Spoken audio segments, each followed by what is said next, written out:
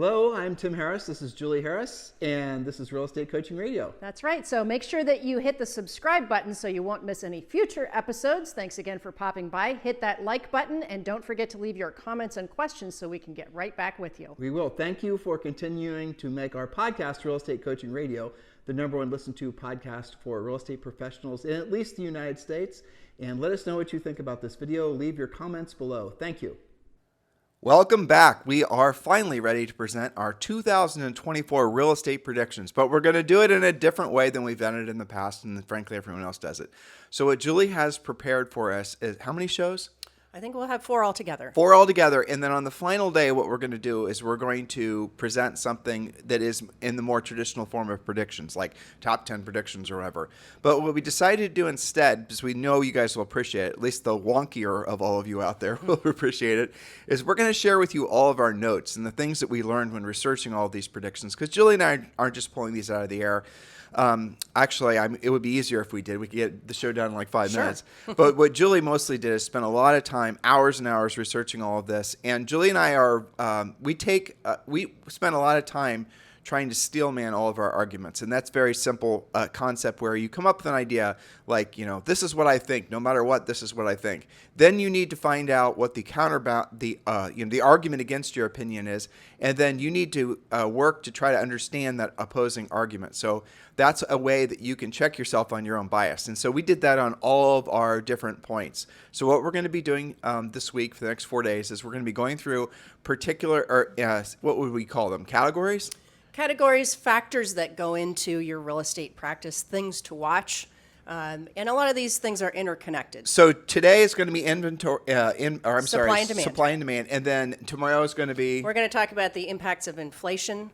We're going to talk about, some of you are wondering, is it going to be a buyer's market, seller's market, all those things. So tomorrow it's going to be inflation. Wednesday it's going to be... Buyer or seller market, what makes that balance. Thursday it's going to be... And then Thursday we're going to be talking about the interconnection of these things, days on the market, list to sell price ratio, trends, all of that kind of thing. And then the final one, as you said, is going to be based on these facts, not just pontificating, not just speculating, not just our opinion, but based on everything we've presented, then we're going to say, you should expect X. Now, why are we doing it this way? Because we want you guys to be smart. Because with confidence, with knowledge, you can then set aside, the ignorance of not having that knowledge, and then you find yourself being less fearful. Because I'll summarize what we have learned, what we believe to be true. 2023, well, it already is officially the worst year in real estate, effectively in all of our professional lives, the last 40 to 50 years. How about that? You guys survived it. And so we do believe, and we're seeing lots of signs, lots of indications that 2024 will be a recovery, if you want to call it that. It'll be a bounce back. And in many markets, the bounce back is going to almost seem like a housing boom again. So good news for all of you. I think you'll agree. Yeah. Nothing better than to inject a lot of optimism and even fear of missing out back into the market. To get people to be motivated. Yes, I do think that 2024 is going to be the year of the agent.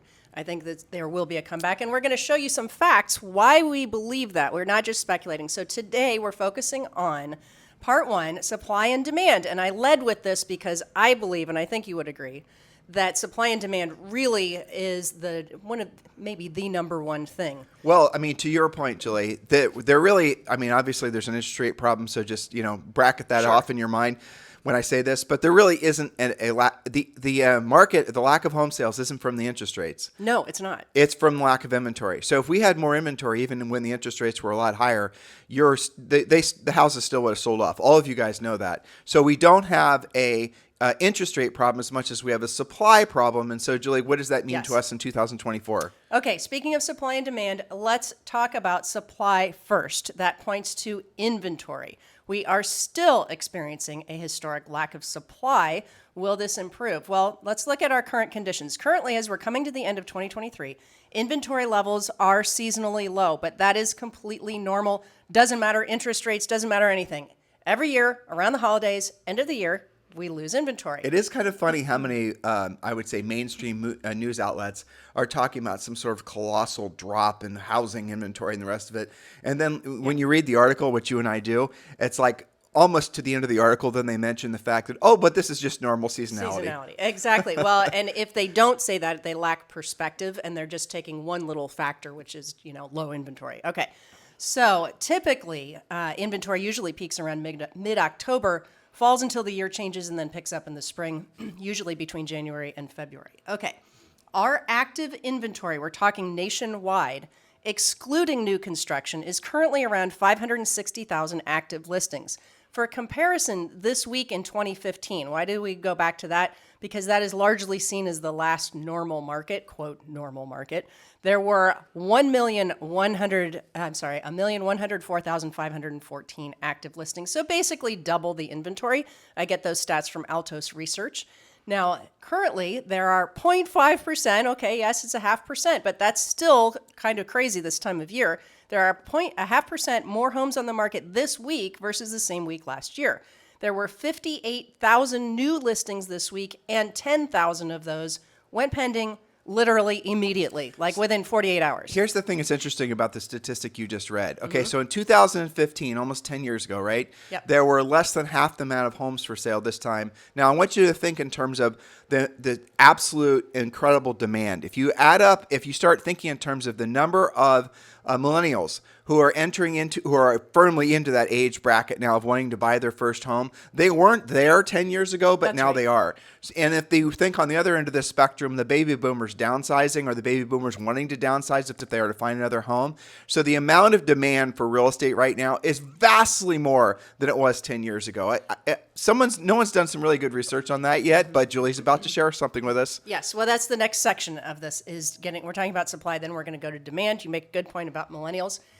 So the good news, it's good news that we're inching up in inventory because we're at the slowest time of year. We don't normally see this at all. To see any increase in inventory at this point is remarkable and hopefully a trend. So here's what this leads to. Should we worry about a lot more inventory wrecking the market and crashing prices? This is what the speculators that have no perspective and are not facting like we are will say, oh, more inventory, that means prices have to come down. Well, according to Lawrence Yun, who is he? He's the chief economist at NAR, National Association of Realtors. There are simply not enough homes for sale. Well, that's not a newsflash. All of you guys know that. He said the market can easily absorb a doubling of inventory. Now, typically, as rates come down, and here's more good news. We're going to talk more about mortgages in a future pod this week. But as rates come down, and they've come down from a high of 8.1% earlier this year to we're almost back down to 7% based on last week's numbers, we should see more inventory come online since the typical seller is also a buyer. As rates moderate lower, inventory should climb higher. Can we talk about interest rates right now? A little bit, because we have a dedicated pod later. But well, it is. So this is, I think, something okay. that'll make them feel good because Sure. it's interesting. When you and I were researching that information about interest rates, we did not find a single reason to believe that interest rates would be increasing next year. That's right. Everybody was predicting, and even the Fed is admitting that they're going to start lowering rates, because they're fearful of essentially of a recession or slowdown or whatever. And so the speculation as far as the interest rates go, what was the lowest number that you were reading? I have many different sources, but most economists, most analysts settled on somewhere between 6 and 6.5. And I think that is probably pretty accurate because what you just said, that all reports are saying we're not going to have any more rate hikes and they're going to come down. And we're already, as of last week, have almost reached 7% again. All right. So add to this, though, if you are a creative agent trying to help your buyers afford a house payment that maybe they're a little worried about, you could then ask for the seller to buy down the rate. The builders are certainly going to be doing that. Yes. So especially with the builders, you're going to see fixed rate mortgages from a lot of the national home builders probably in the 4% range. It could happen. Yeah. It could happen. Right now, a lot of builders are in the 5.5%, which really, you think about historically. If you take all of the years of mortgage rates and put them together, they're, I believe, around 7.5, 7.8, somewhere in there. So if you can close today with a builder, and we're not talking, some of the builders are not doing buy-down rates, like 3-2-1 buy-downs, adjust after 3 years. A lot of those, especially the bigger builders, those are 30-year fixed rates. So that's a great deal. And we're going to talk about new construction on another pod this week. So at any rate, back to supply and demand. Good news about inventory. If we're inching up this time of year, it's going to also continue on that trend. So what should you watch in your market? I've got a series of a few questions here. And Tim, how can they find the notes in case they don't write that fast? Thank you. Yeah, I just was remembering that Yes. we hadn't done that yet. Yeah, the notes are down below. So all you've got to do is scroll below or hit more or, details or whatever, depending on where you are listening. If you're over on iTunes, Spotify, Stitcher, Google Listen, whatever it's called, YouTube, like I already said, all those different places our podcast is featured. So all you've got to do is just open up the description. You'll find our actual notes, and you'll also find a link to join Premier Coaching.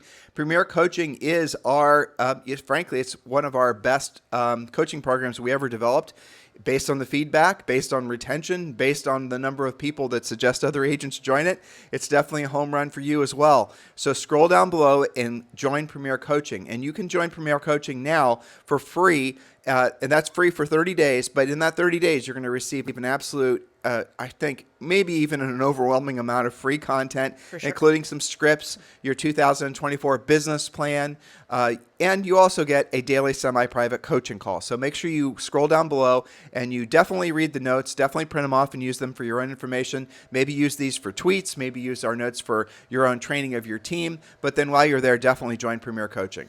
There you go. All right. So a series of quick questions. How do you know what's happening in your market regarding supply and demand? Well, watch your MLS hot sheet daily and see, I call this what's hot and what's not. Some of you have asked me, how do I get a hot sheet? It may be lurking in your junk mail because you've never opened it. If you don't know how to get it, call your MLS. Sometimes you have to subscribe or you have to check a widget in your MLS. But you can set it up so it's customized to you. But what Yes. Julie's suggesting is you don't over-specify or be overly particular in your hot sheet. You set it up for the entire MLS. That way you can see the trends of your entire area. I know some of you, like LA, have massive areas, but still it makes sense that you will want to know exactly what's going on in the market, because the MLS really is the leading edge of supply and demand. It is. I'll give a quick example. When we were selling real estate, we had a lot of people that said, I want to live in 43085. Well, if you were looking at the MLS hot sheet in 43085, you'll see that virtually nothing sells ever. People don't move. There's like 10 listings total, but there is a sister zip code, which is still the same school district. And I think it's 43235, something like that. And so you could still get what you wanted, Worthington Schools, but if you weren't searching the whole MLS, you wouldn't know that you could do that. And so expand. And also keep in mind that most of the builders are not putting their inventory in the MLS. True. We have done many topics or many podcasts and a ton of coaching and Premier Coaching about where to find the lists, and they're literal lists of sometimes hundreds of homes, depending on your market, that are actually for sale that are not in the MLS. So make sure you get that information. Very good reminder there. Okay, so next, is the inventory rising or falling in each of the areas that you work? They might not all be acting the same. Next is, what price ranges are seeing the most price reductions from our coaching clients? You can tell in most areas once you reach a certain price range, which is kind of typically medium high end, right? So, if you live in the Midwest, that might be $750,000 to $1 million now. Those are seeing more price reductions, mostly because the builders are putting pressure on those resales. Okay, so next, where is all the inventory? Certain zip codes may have more or less, and prices. Next is, are the average days on the market going up or down? That goes to setting expectations for your sellers. How long should they expect to take to sell? But do keep in mind the time of year. So Yep. the market statistics during the holidays, what goes on in the market's a little wonky, so just keep that in mind. And those of you in Premier Coaching, we have tons of scripts that are waiting for you that will help you to get listings even during this time of year, because I know the number one objection you're hearing from potential sellers is, I'll wait till the spring. So make sure you're reading our scripts and our coaching and our training in Premier Coaching about how to move the sellers forward so that they, frankly, don't miss what might be a better opportunity, which is selling now versus the spring. Exactly. All right, 2 more questions. What is the list to sell price ratio in the areas you work? A list to sell price ratio is simply the difference between the final list price after any price reductions and the final sale price. Is that going up or down? So for example, during the pandemic, it was not unusual to have 110% of a list to sell price ratio. In other words, if it was $1 million, it'd sell for $1,100,000. Okay. So that has changed dramatically. Now many markets are, I wouldn't say catastrophically, coming in at 98 or 9% of list price. So again, setting your sellers' expectations as well as for buyers. Our final question there is, what are the builders doing to promote their inventory? We're going to drill down on that on a future pod this week. But really, we do believe, I think we can shine light on what will be one of our top 10 predictions, that builders are going to have a housing boom for sure in 2024, probably for the next 10 years. They literally cannot build fast enough. Exactly. Exactly. Okay, so that was all about supply, inventory. Now, demand. You touched on it earlier. Demographic demand. For example, the demand from the millennials and upcoming Generation Z buyers together make up a population larger than the entire country of Japan. That is a lot of people. That's a lot of buyers. It's not a small amount of people. The oldest of the millennial generation are now in their early 40s, and the average age of first-time buyers is currently 36. Did that surprise you? It did, because for years it was more like 26. I know. I think it has to do with prices, the amount of down payment it takes. People say that. People point at socioeconomic reasons why, but you also got to remember, if you're living in San Francisco forever, or for example, and you have an MBA, your start salary is almost $200,000. Yeah. But now, granted, in San Francisco, your start for a house is probably 1.5 to $2 million. Probably, yeah. But I think a lot of times the reason that you see, or one of the main reasons you see people putting off home ownership is because, frankly, a lot of the millennials took longer to get settled. A lot of them were moving more frequently, changing jobs. They were, when we got married, of course, we got married when we were super young, but a lot of millennials were waiting till they had, in their 30s or at least their late 20s before they got married. So to say, well, the average homeowners, first-time home buyer is now, 10 years older than they were in the last generation, you got to also take into consideration the rest of the factors because, again, I just see people piling on. Houses are too expensive. Well, maybe they're too expensive, but I think for the most part, even if you go back to where we sold real estate in Central Ohio, if the average sale price now is $400,000 or whatever it is, if you look at what the average income was, the ratio, It's proportional is what you're saying. Exactly. Yeah. And that's the way it is in most of the country. I think you're right about that. That's a good point. But back to the amount of them, there are a ton of them, okay? And the average age is 36. How many of them have been sitting out the market, building up their down payment and waiting for rates to slide into the sixes? I really think they're going to end up in this, maybe the high sixes first quarter. But that is a ton of pent-up demand just waiting to pounce. And I can tell you from some of our coaching clients, the other issue with these first-time buyers is many of them, because we had this long decade of the traditional 20% down, 30-year fixed, they assume that they have to come up with 20% down. So one of the things that our really smart coaching clients are doing is they're having buyer seminars, they're doing buyer outreach, letting them know about special programs, FHA, VA, first-time buyer stuff, where assuming you have a job and decent credit, you can put 5% down.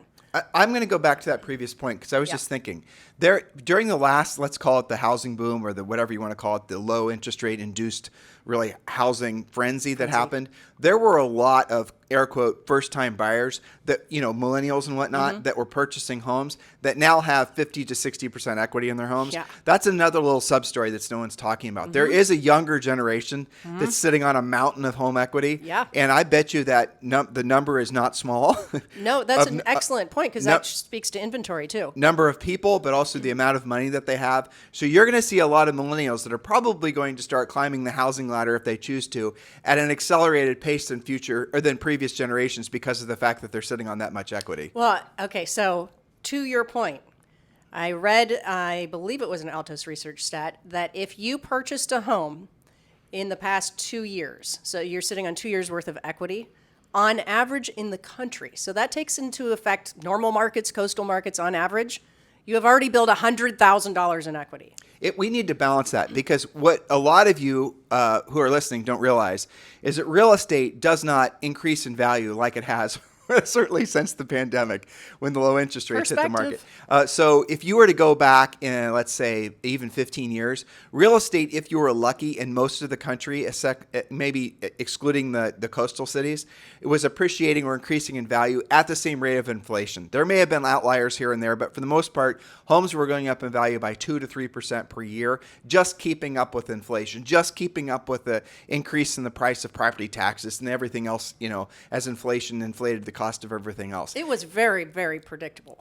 Correct. But now we have the inflation that happened as a result of all the easy money that hit the market, and then we have additional, a lack of inventory, and now we have an enormous amount of demand. You're going to see home prices over the next whoever knows how many decades that are going to continue to rise at an ever-increasing pace. There's not going to be a drop in home values. Anyone who's believing that or looking for that, you ought to give yourself an opportunity to steel man that and argue from the other side, because I think that your logic is going to take over your emotions and help you to realize that you're going to miss one of the best markets ever to be a real estate agent because of the fact that you're waiting around for the market to collapse and home values to drop.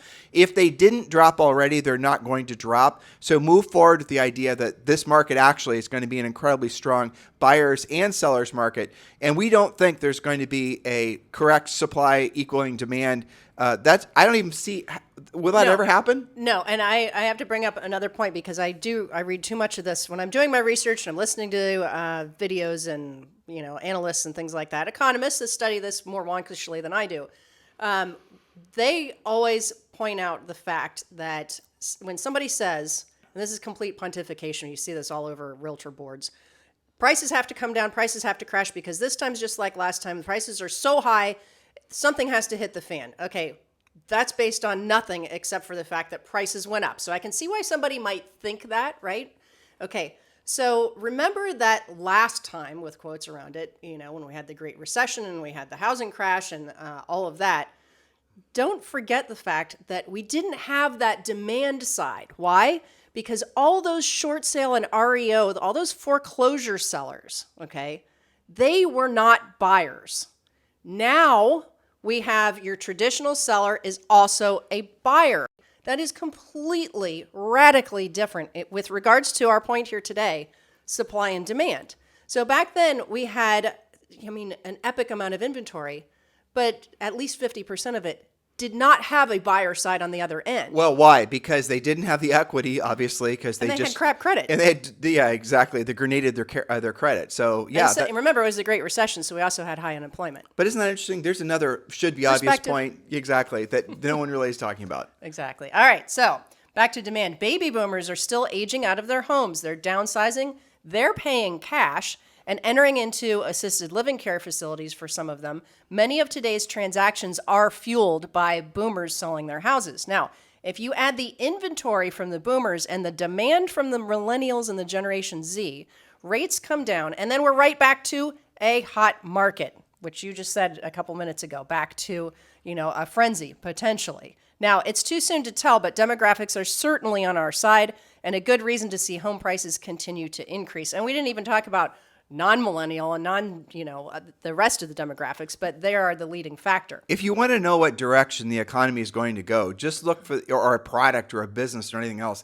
All you got to do is look on the total addressable market, the TAM as they call it, right? And if you see that there's essentially 5 buyers for every one product or one widget, you can pretty much surmise that the value of said product is going to go through the roof. Very simple math, right? Yeah. Okay, so the transactions our coaching clients report are reflective of all these trends. Additionally, there will always be buyers and sellers who are relocating, divorcing, and inheriting property. Add to this the amount of first-time buyers, and you have demand which outstrips supply currently. I'm not even talking about into 2024. Currently, demand outstrips supply at a rate of 3 to 1 as of today. So that's 3 offers for every actual sale. So what that means is we could triple inventory, and it still wouldn't be a buyer's market. That's good news, especially if you're primarily a listing agent. So, and I would say as a buyer agent as well, because you'll have more inventory. Now, what should you be doing right now? I wrote down 3 points. Number 1, proactively speak with 100% of the people in your database to find out who is a first-time buyer or has first-time buyer kids, who are relocating, downsizing, waiting to build, or divorcing. These are your most motivated sellers right now. And there's going to be I think, a palatable surge that's going to follow the interest rates, probably in the first half of next year. Absolutely. That's definitely what I'm getting from coaching clients, from the feedback on just all the different things you and I pay attention to. There is absolutely an enormous amount of pent-up demand, people that took themselves out of the market for this reason or that, number one being lack of inventory. When that inventory starts coming online again, you guys better be ready. Yes, and proof of this, and I'm going to drill down on this when we talk about mortgage rates later this week, but proof of this is over the past 4 weeks, as interest rates have been getting lower and lower, incrementally, there's an exact correlation to mortgage applications. And before that, when we were really in the high 7s into that low 8 range, we had super low or basically static mortgage applications. Nobody was interested. As soon as they started inching down, applications went up. It's simple math, right? Now, remember, guys, Premier Coaching is the sales end, right? Julie and I are giving you statistics. We're giving you facts. We're sharing with you the information so that you have confidence, because knowledge equals confidence, ignorance equals fear. And when you have this information and you actually have the confidence you will have the confidence to move forward. Well, move forward with what if you don't actually know how to have meaningful conversations with prospective buyers and sellers? That's the point of Premier Coaching. Do not allow yourself to be lulled into complacency from feeling in any way pessimistic about what 2024 is going to be for you. If you did not have a great year in 23, well, you're part of a large club. But here it is, the reality. You are going to have another lousy year unless you get your head straight about the fact that you are in the right place and at the right time, and the market is going to be there for you to serve many buyers and sellers. But you need to have the skill set and how to generate the leads, pre-qualify them, present the whole 9 yards. All the rules have changed with regards to the buyer agent commission splits and the lawsuits and whatnot. We've talked a lot about that on this podcast. We're talking about that a lot in Premier Coaching. But I'm here to tell you that the demand for caring, competent, skilled agents to help people transact is going to be like never before. You just have to make it so that you earn the right to be of service to all those potential buyers and sellers. And that comes from your skill set, not the number of TikTok videos you've created. Very well put. Okay, 2 more things to do, and then we're going to talk about price reductions. Next thing is connect with your past clients and center of influence before somebody else does, and before they buy an open house that they're going to this weekend. Or a new build. Or sign with a new build rep in the development they've been haunting every weekend. If you are not talking with them, you are not able to be outraged when you find out that they bought something without you. And then what happens when they buy something without you? They probably listed with not you. Okay, next, speak with at least 10 expired sellers and let them know there's still demand and find out whether they still have to sell. Old expireds are a gold mine. By the way, we have a link in the show description for you guys to join RedX, which is our preferred partner for helping you find those older expired leads, even the new ones. RedX is really slick the way it works. You basically just turn on your computer in the morning and there are all the new expireds, and they've already hunted down all the phone numbers and making sure that they weren't relisted and everything. But I'll give you guys a little hack to all of it. Ask for the older expireds, because there's a lot of expireds that expired 6 months, 12 months ago, where the sellers have no clue that their house is worth, in some cases, substantially more. And maybe before their problem was the price. Maybe their house was overpriced by 5 or 6%. Well, guess what? Now they can get that previously inflated price, because now that's the market. So definitely call all those folks. And I'll give something else, Julie, which we should talk about. We don't really do a lot with commercial, really, but there's going to be no crash in commercial. All the people that are predicting real estate crash in commercial, where the hell is it? Hasn't happened yet. That's another honey hole, right? Exactly. Yes. Lots of our coaching clients have discovered that. Okay, so see if you can help those expireds accomplish their goals this time around. And again, they might also buy with you. We did do a very popular podcast. I think it was one of our most popular downloads, which was like top 5 or top 8 secrets about expireds. And it wasn't just about price. It was other things that may have caused them to expire. So, Julie, let's talk about price reductions. Yes. Okay, so what about price reductions? Doesn't that mean that prices are crashing? Again, off the headlines, right? Now, this isn't directly tied to supply and demand, but we're only sharing this with you for the sake of sort of counterbalancing the mostly negative narrative about housing. And I have no idea why mass media loves to talk about housing as some sort of black hole, because it's absolutely not. It is so funny to me. I will say it's funny. It makes me laugh. Maybe it shouldn't, but it does.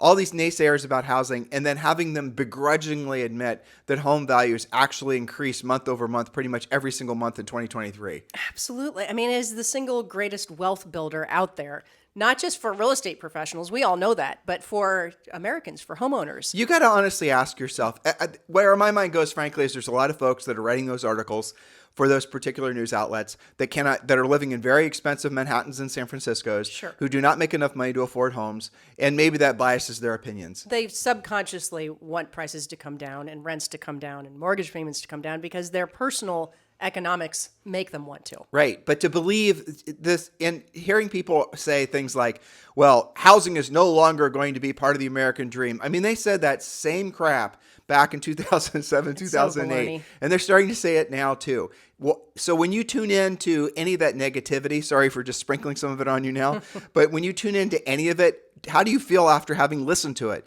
Do you feel optimistic, pessimistic? Do you feel like learning the things necessary for this new market? Do you feel like, hiding out in your bunker and waiting for the clouds to clear? Do yourself a favor, especially over the holidays, and do a complete and total media-free, purge. Other than this podcast, you can keep us. Stop listening or stop reading and stop consuming all sources of information and allow your brain to go back to a place of almost stasis so you can then start tuning in to what your highest and truest purpose is, which is being of service to other people, because there you're going to find some calm. You definitely, more than ever need the skill set necessary in this market to not just survive, but to thrive. More than, I think, certainly the last market. Last market, let's be honest, buyers were going to buy with or without you because the interest rates were so low and because they had fear of missing out. Sellers were not that particular who they were going to list with because they knew the house was going to sell with or without you because they knew it was a super hot seller's market. None of those things are necessarily true now. Even if a buyer does have FOMO of missing out on the market, you're still going to have the skill set of knowing how to find that home for sale that's not on the MLS. Again, that leans into coaching. Yes. So what about price reductions? Doesn't that mean that prices are crashing? Well, some argue that seeing so many price reductions must mean that prices are crashing. However, price reductions are only marginally higher than historical norms. What? The headline in New York Times was housing prices are dropping. I know. First of all, by how much? I think the average price reduction is something pathetic like $5,000. Exactly. Okay, so historically, if we put all the years together, about 30% of all homes for sale will eventually reduce their price before they actually go pending, no matter what type of market it is. When mortgage interest rates rise and demand decreases, the percentage of homes for sale that reduce their prices will increase. This explains why you're seeing more reductions now than you did during the crazy pandemic market with those low interest rates. Interestingly, though, in 2023, with higher prices and higher rates at the same time, the percentage of price reductions has actually been lower than what happened in 2022. In 2022, 43%, remember, historically, normally, it takes about 30% of all homes will reduce, but in 2022, 43% of homes for sale had to reduce their price versus only 39% this year. This indicates that, yes, sellers still start out higher than the market expects, but this is moderating and moving back towards norms. Julie, look at that statistic for a second. I'll argue that is more from agents not knowing how to price houses in a market that is rapidly changing. So to say, well, think about what I'm saying, listeners. So in 2022, 43% of all the homes had a price reduction. It's because in 2022, most of the agents didn't know how to price homes and were overpricing homes. And that's when rates started to really go up, too. Right. And stymied the market. We had fewer mortgage applications, less demand. But my point is that they weren't knowing how to do a CMA correctly, and they were doing a price adjustment to essentially make it so that they're more in alignment with the market's expectations. It wasn't necessarily because of honest price erosion. It was more a function of agent skill developing in real time. That's right, because I have to say it's not entirely their fault, because for over a decade you really could throw a dart at the wall, or you could take your highest, and this was a strategy, right? Back when things were hotter, here's what we would do. You would take the last highest comp and you'd add 10%. Because by the time you sold, you probably could get that, or because you had multiple offers, we would go 10% over.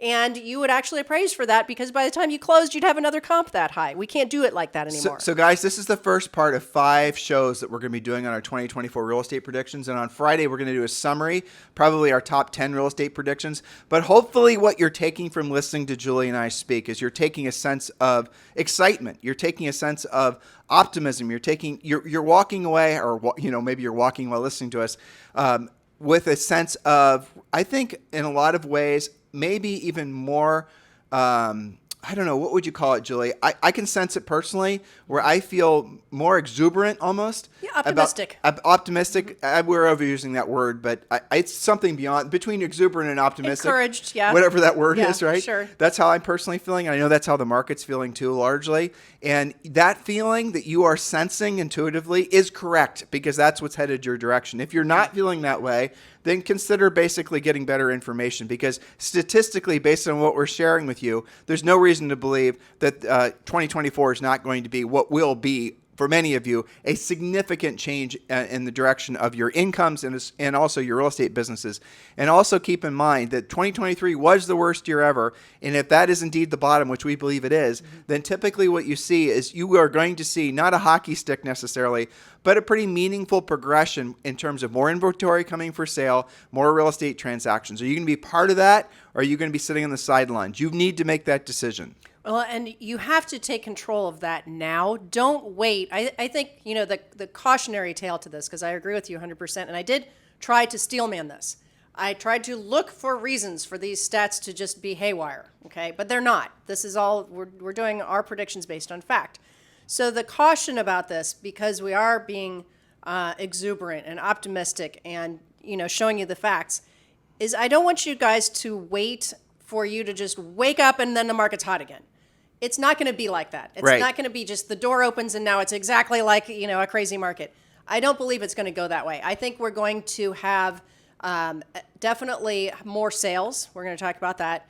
We're going to see more inventory. Demand is certainly strong, but I don't think that you're just going to open your eyes one day and your voicemail is going to be full of come list me's, right? Where you have the advantage is when you have the knowledge of what's going on in the market. Julie gave you some very important breadcrumbs for you to have that knowledge, because as traditionally what happens is real estate is one of the slowest moving industries on planet Earth. That's my point, yeah. And most of the brokers, the office managers, and the agents are still going to be stuck in the quagmire of, say, the middle of 2023, even as we're in the first quarter of 2024. Don't get stuck there. Realize that the market is changing. And to Julie's point, it's not going to be off and on like a light switch. Yeah. It's going to change slowly, but it's going to change. And you need to be enjoying and benefiting from that change so that, frankly, you can help more people and make more money. Yes, and evidence by this is, and granted, my personal coaching clients, my one-on-one elite coaching clients, are a sliver of all of our coaching clients, but I can say, coming off of last week's calls, maybe not 100% of them, but I would say maybe